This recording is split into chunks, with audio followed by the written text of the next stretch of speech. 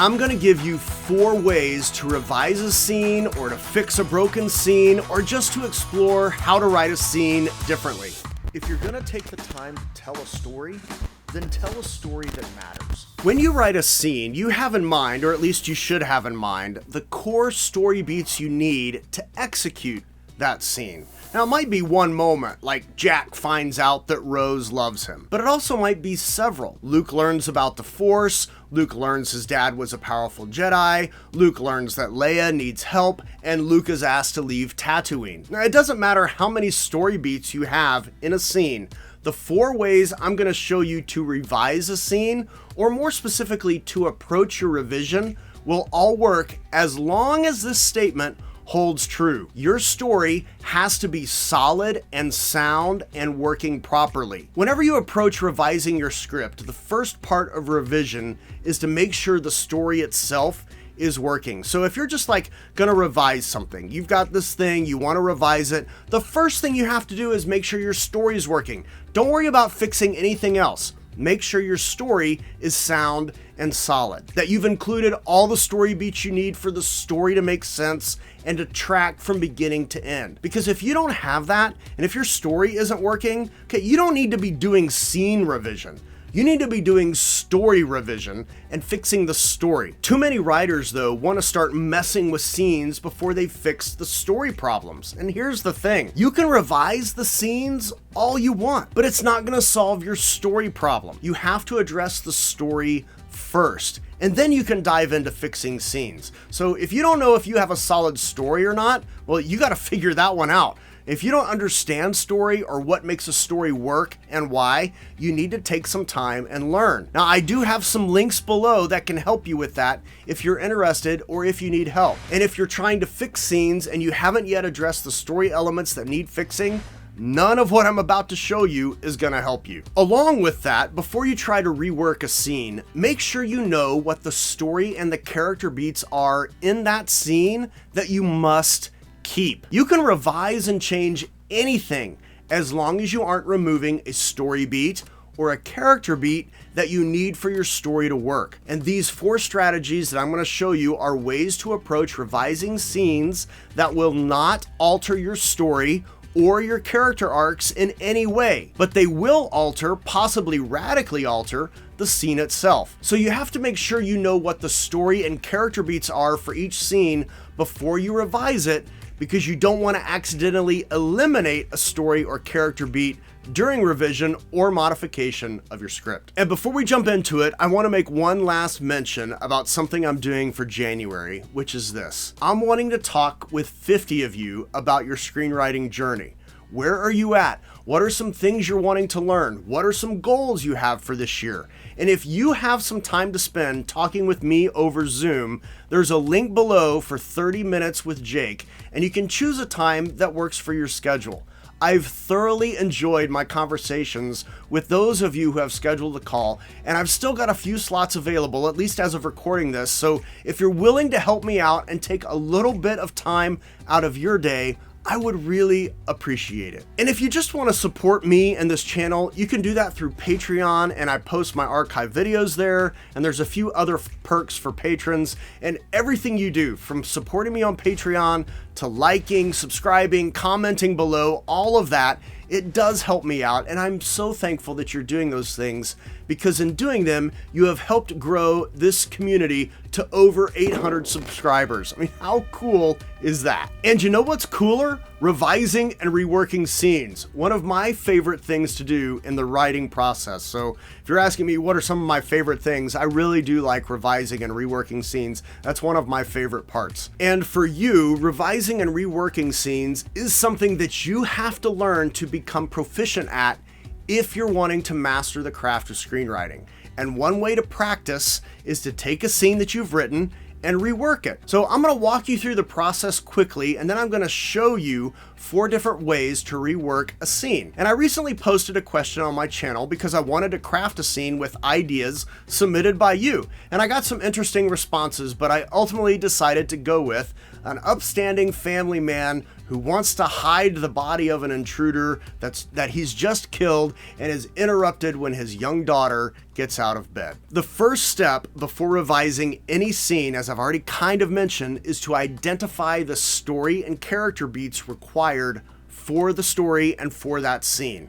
Now, since I don't have a full script, that's just an idea, it's just an idea for a scene, we're gonna make some stuff up that works, and we're just gonna kind of keep things simple. So for our story, let's assume in the previous scene, so the scene prior to the one we're gonna write, an intruder has come into the house and the dad has killed the intruder. Now, for whatever reason, the dad is unwilling or unable to notify the police. So he decides he's going to hide the body and dispose of it later in some fashion. Obviously, if we were writing the entire screenplay, we would have to figure out all those pieces out. But because we're just working on a scene, we don't have to worry about that. We're just kind of speculating. And let's also say that he wants to keep the body a secret from his family.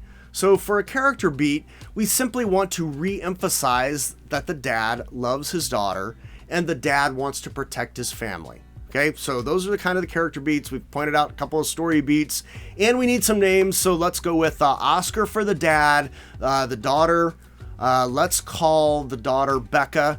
And if the mom comes up, I don't think she's going to come up, but if the mom comes up, let's call her Dorothy, and the family name Stadler. Okay, so a one note about Becca, because the prompt says young girl or young daughter, but young kids are challenging to write because you can't really do much with them. So we're going to make her a little older, let's say like 12-ish. I'm not going to note that in the story, but she's around 12. So the beats we have to include in our scene are a story beat of hiding the body, a story beat of keeping the body a secret from the family, a character beat of the dad loving his daughter, and a character beat of dad wanting to protect his family. And I know we're talking about reworking a scene, but since I don't have a scene, I've got to write one. So let's bang out a first draft of this scene, and I'm not going to be giving introductions to these characters because we're going to assume that we've met them before. This is a scene that's in the middle of the script somewhere. This is not the first scene. And a quick caveat here for all of these scenes that I'm about to write. What you are seeing is my first drafts of these scenes. They won't all be pretty,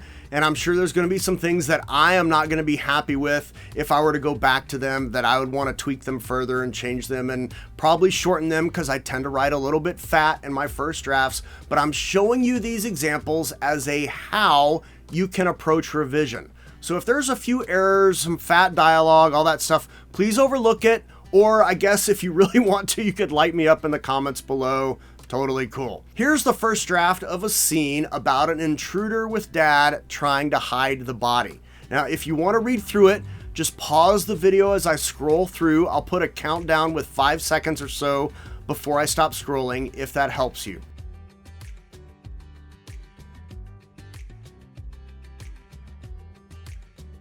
And now that the scene is done, it's okay, it's fine. It does feel a little flat, a little predictable, and those are never good things in a screenplay, so we gotta rework this. Now, the first way we're gonna rework it is to change the point of view, the POV of the scene. But right now, it's from the POV of Oscar. It's his scene, and all scenes should belong to someone. So if you're writing a scene, each scene should belong to someone. So what we're gonna do is we're gonna change the point of view from Oscar to Becca. Same story beats, same character beats, but a completely different scene, or at least a different feel. And for the sake of time, I'm going to reuse some of the parts from the first scene, but you'll be able to note the differences. This version definitely gives us a new feel for the scene, something different for sure. And because the previous scene was Oscar killing the intruder, we, the audience, we know what Oscar's doing. We know he's doing something with the body. Now, if the audience didn't know that, okay, this version of the scene, the point of view from Becca, it just would not work. It'd be too confusing about what Oscar was doing, and the audience just gonna be scratching their heads like, Dad's behaving really weird.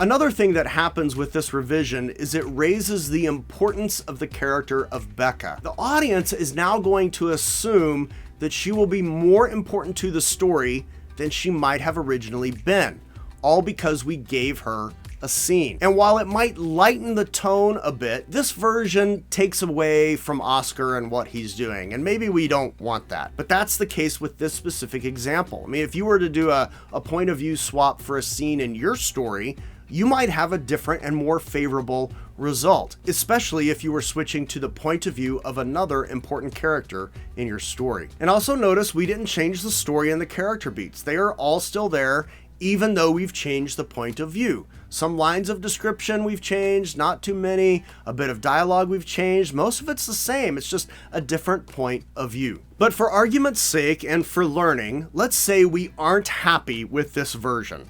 So another way we can revise or rework the original scene is to change the power dynamic of the scene. Now, power dynamics simply refer to who has the power in any given situation. So a simple example would be a boss and an employee. In a scene with any two of them, the boss is going to have the power because the boss has the power of position. And while the employee might have the power of knowledge, they might know more than the boss, they might know something the boss doesn't, the boss's power in that circumstance is still going to win out. So the boss has more power. They have the power dynamic in their favor. And there are a lot of ways for an individual to have power. So position, like I noted, but also finances or knowledge or socially, right? Somebody can have social power. There's a host of others, which I do talk about in my screenwriting fast track course in the sections on building characters and on writing scenes. So if you want to become a master storyteller and learn the fundamentals of screenwriting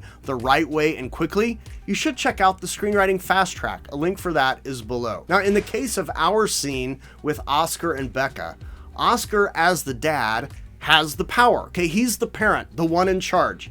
But what if we shifted the power to Becca in some way? I mean, maybe she's wanting to be a TikTok star or influencer of some kind. So she vlogs everywhere she goes, and she comes downstairs with her camera running. And Oscar knows if the camera picks up any glimpse of the body, he loses. In this case, Becca now has the power. So let's write that scene. Because of the power shift, Oscar is more defensive and a little more careful. He's more subdued. Now, when he has the power, he can be more aggressive and demanding. Not mean, because he's still going to communicate that he loves his daughter. That's one of our character beats. But with more power comes more assertiveness, typically. So if somebody has more power, they tend to be a little more assertive. Characters with less power, they tread more carefully. And because Becca has more power in the scene, notice how I made her a bit more assertive here than in the previous versions. Another thing that can happen, and we do a little bit of it here, is when a character loses power, they try to reassert their power and regain control of the situation. So here we have Oscar using his authority as a parent to try to get Becca to return to bed. But he has to be careful lest she point the camera where he doesn't want it pointed and expose his secret.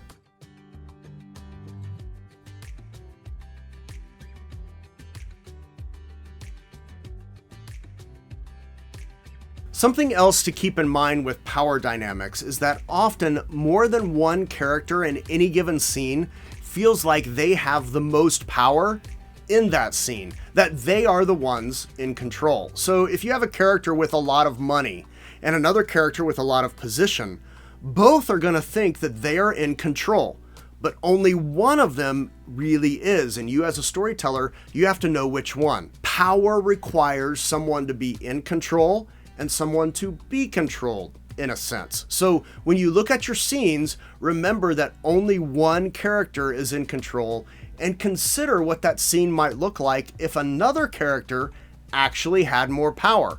And you can ask questions like, how can I shift the power in the direction of another character? This revision strategy can open up worlds of possibilities for you, and it helps you begin to understand that each character brings to any situation their own idea of how much power and influence they have over the other characters in that scene. Plus, it reminds the audience that they have a lot of power when it comes to YouTube, because YouTube is all about the viewer, all about you. And if viewers are satisfied, YouTube then recommends those videos to more and more viewers. So because you have the power in our relationship, if you're finding any value so far, it would be awesome if you were to like, subscribe, bell, all those things. I can't make you do it, right? I don't have the power here. You have the power.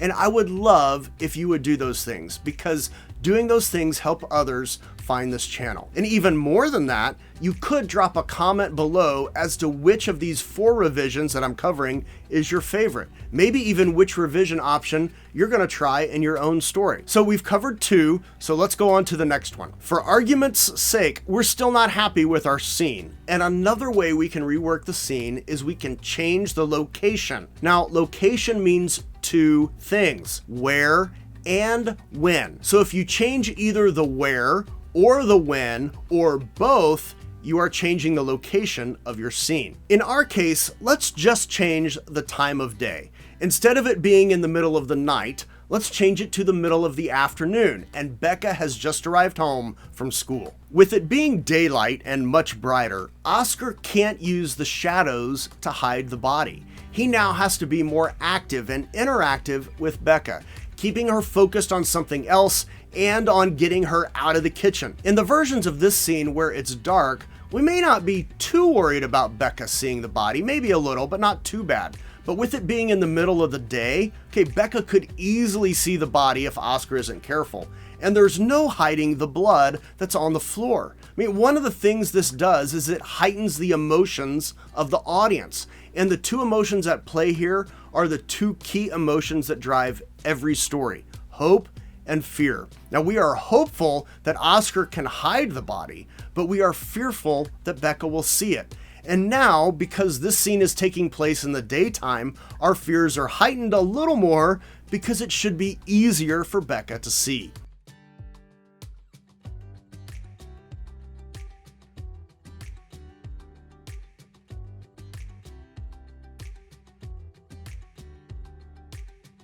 If we had also changed the physical location of the scene, say from the kitchen to the living room, that would automatically force a change in how Oscar is trying to hide the body. The room is different. There's either more or less things that can hide the body, and this would impact what he's doing. It's also going to impact how he tries to hurry Becca out of the room. And he can't do it with a glass of milk like he tries at night. I mean, maybe he could still try suggesting a snack or something, and they leave the living room together. But what you also have to watch out for is making it too easy on your protagonist. Because if Oscar could just get Becca to leave the living room with a, hey, go get a cookie, well, that just makes it easy. Becca staying makes it more difficult. We want difficult. We like conflict. But for argument's sake, let's say we want to revise the scene one more time. Maybe we just want to explore another option. Maybe we're kind of happy with this, but we want to explore one more option. How can we do it? We can change the alliances. And I need to explain this one a little bit before we jump into the writing. In every story, just like in life, characters have secrets from one another. You have secrets from people in your life. Yeah, you do. There are things about you that some other people, maybe several other people, they don't know. Now, the closer other people are to you, so maybe a spouse or a sibling, for example, okay, they might actually know more of your secrets than other people because you've let them in. What changing alliances does, though, is it alters who knows what secrets. So let's say we're writing a teen drama set in a school, and Sally likes Robert. Now, one version of the scene is that no one knows that Sally likes Robert. Another version of that scene is that Jennifer knows that Sally likes Robert, and Jennifer tells Robert. Okay, those are 2 very different scenes. You've changed the alliances. And essentially, when you change alliances, you alter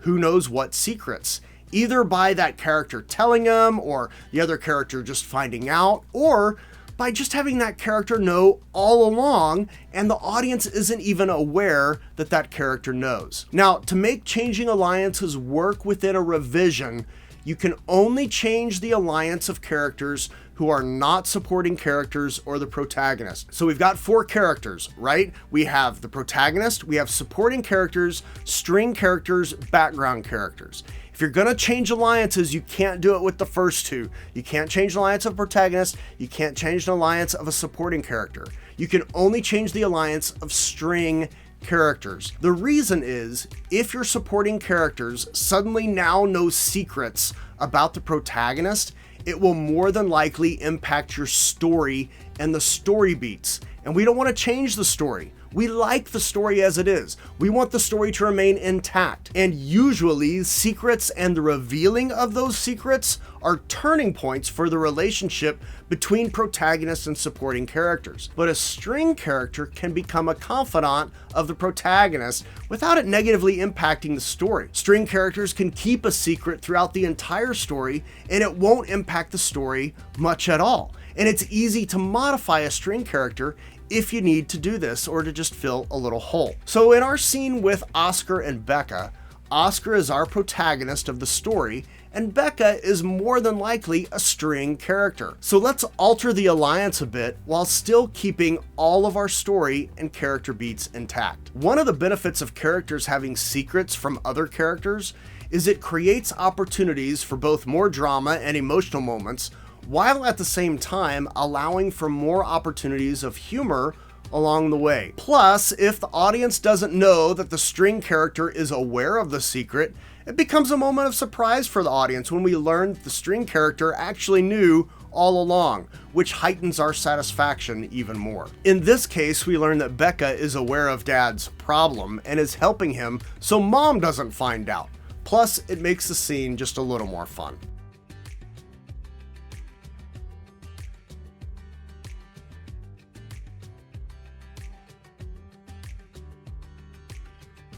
As far as strategies for revising or reworking a scene, these 4 tend to be my personal go-to options if I'm wanting to rework something or just trying to figure something different or find a new angle or way to tell the story. And all 4 of them still kept our original story, they still kept our character beats, and those are critical when it comes to revising. If you want to learn a little more about revising, you can actually watch this video right here. Please don't forget about 30 Minutes with Jake, and when you tell a story that matters. See you later.